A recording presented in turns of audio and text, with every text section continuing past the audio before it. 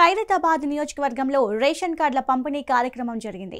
ఈ సందర్భంగా సీఎం రేవంత్ నాయకత్వంలో అర్హులైన అందరికీ రేషన్ కార్డులు ఇస్తున్నామని మంత్రి పొన్నమన్నారు.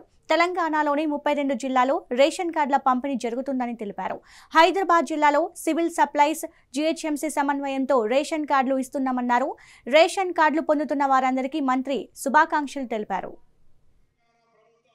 నూతనంగా ప్రజాపాలనని అందరూ ఆచరించడంతో అధికారంలోకి వచ్చిన తర్వాత గౌరవ ముఖ్యమంత్రి రేవంత్ రెడ్డి గారి నాయకత్వంలో రేషన్ కార్డులు ఇవ్వాలి, అర్హులైన వాళ్ళందరికీ ఇవ్వాలనే ఆలోచనతో రేషన్ కార్డు ఇచ్చే కార్యక్రమాన్ని ప్రారంభిస్తా ఉన్నాం.